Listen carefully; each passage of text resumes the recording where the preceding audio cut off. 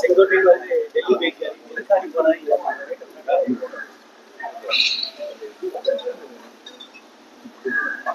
திரு செங்கோட்டையன் அவர்கள் டெல்லிக்கு போயிருக்காரு அப்படின்னா அதுக்கு நான் எப்படி பதில் சொல்ல முடியும்?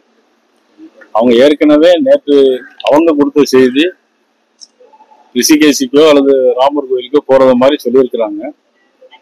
அதுதான் உங்களுக்கு தெரிஞ்ச மாதிரி தான் எனக்கும் தெரியும். அவங்க எங்க போயிருக்காங்கன்னு எனக்கு தெரியாது. கூட்டணி கட்சிகள் வந்து கூறு போடுறதுதான் பாஜக வழக்கம் அப்படின்னு சொல்லி செல்வபிரந்தன். காங்கிரஸ் கட்சி இந்தியாவில் ஆட்சி செய்யும் போது 90 தடவை ஆட்சியை கலைச்சிருக்காங்க. எல்லா மாநிலங்களுடைய ஆட்சியை வந்து 90 தடவை கலைச்சிருக்காங்க. அது காங்கிரஸ் கட்சியுடைய வழக்கம் அது மாதிரி இருக்கும். எங்களுடைய வழக்கம் அது இல்லை. இன்னைக்கு நாங்க வந்து ஆல் இந்தியா அளவிலே கூட்டணிக்கு எல்லா முக்கிய மந்திரி சபையெல்லாம் கொடுத்திருக்கிறது எங்க பாரத பிரதமர் நரேந்திர மோடி அவர்கள் மிகப்பெரிய மந்திரி சபையில கூட்டணி எல்லாம் கொடுத்திருக்காங்க. அந்த கூட்டணியை வளர்க்கிறது தான் எங்களது நோக்கமே தவிர அவர் சொல்ற மாதிரி காங்கிரஸ் கட்சி நாட்டை துண்டாடுற கட்சி காங்கிரஸ் கட்சி. சார், முதலமைச்சர் வந்து வெளிநாடு போயிட்டு வந்து 15,000 கோடிக்கு அதிகமா முதலீடு ஏற்கப்பட்டது பெருமையா பேசி அது நான் ஏற்கனவே போன அன்னைக்கு கொடுத்தேன். அவங்க வந்து எம்ஓஐ போட்டிருந்தா சொல்லியிருந்தாங்க.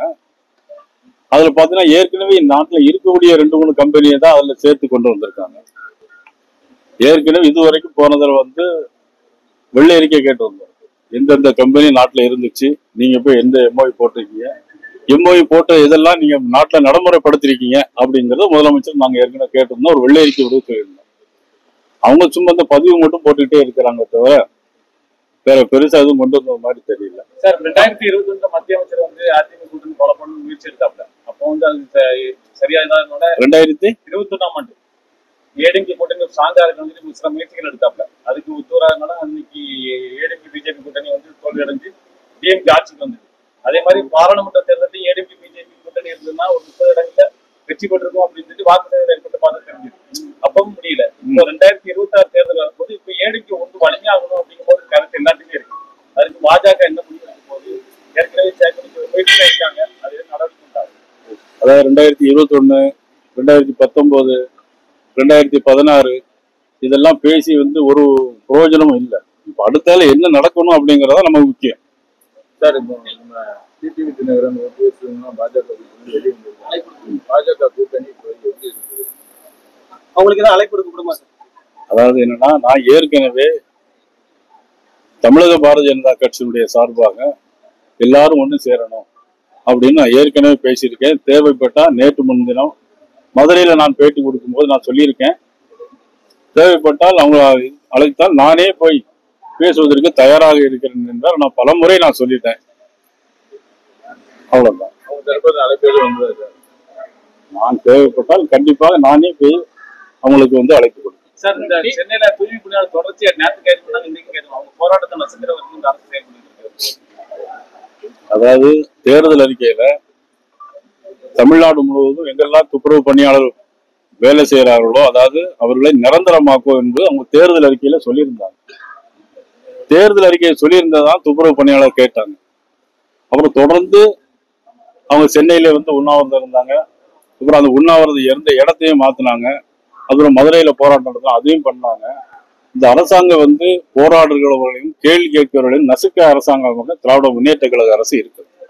உதாரணத்துக்கு எங்களுடைய சிறுபான்மை அணியினுடைய வேலூர் இப்ராஹிம் அவர் வந்து ஒரு மருத்துவமனையில போய் கிட்னி டிரான்ஸ்லேஷன் பண்றதுக்கு என்ன முறை வழிமுறைன்னு கேட்டுதான் போயிருக்காரு. வேற எந்த விதமான அவர் முறையில் போராடல, தனியா தான் போயிருக்காரு.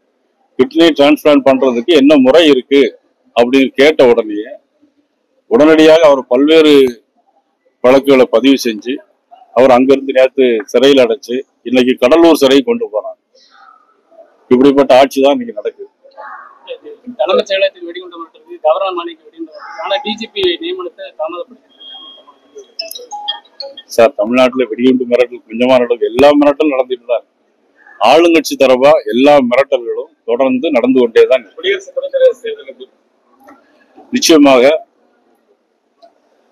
மதிப்புக்குரிய நமது தமிழகத்தைச் சேர்ந்த ஒரு தமிழர் மகாராஷ்டிரா கவர்னராக இருக்கக்கூடிய நமது சிபி ராதாகிருஷ்ணன் அவர்கள் உறுதியாக இன்று மாலை வெற்றி பெறுவார்கள். சார் அது திமுக கூட்டணி வலுவா இருக்குன்னு சொல்லியிருக்கதா இன்னைக்கு தினமரத்துல ஒரு கருத்து வந்து. அதை பத்தி எனக்கு தெரியாது. நான் தினமரம் செங்கோட்டையில இருந்து இன்னைக்கு நிர்மலா சீதாராமன் அவங்க சந்திக்கிறத இல்ல, எனக்கு அந்த தகவல் இன்னும் வரல.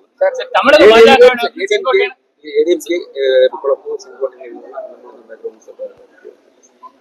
அது பத்தி எனக்கு ஒண்ணும் தெரியாது. தமிழக பாஜகவினர் செங்கோட்டையன் சந்திப்பீங்களா? அவர் வந்து அதிமுக வந்து போயிருக்காரு. அதிமுக அதான் நாங்க அதிமுக கூட்டணியில ஏற்கனவே இணைந்து செல்லணும்னு சொல்றீங்க. உங்களோட கொள்கையும் செங்கோட்டையன் சொல்றது ஒரே மாதிரி இருக்குது. அப்ப நீங்க வந்து செங்கோட்டையனை சந்திப்பீங்களா?